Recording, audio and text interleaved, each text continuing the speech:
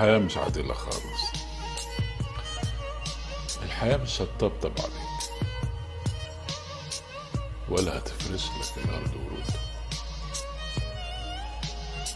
ولا هتدي لك حاجة بدون مقابل.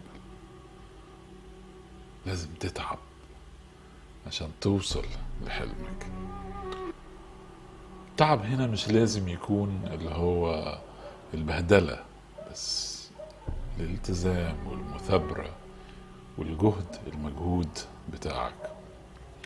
ولازم يبقى عندك استعداد ان انت تبقى ميت على حلمك، عشان في غيرك كتير قوي قوي قوي قوي عايزين نفس الحاجة وميتين عليها وبيجروا وما بيضيعوش وقت وبيعملوها او بيعملوا الطريق بتاعها ليل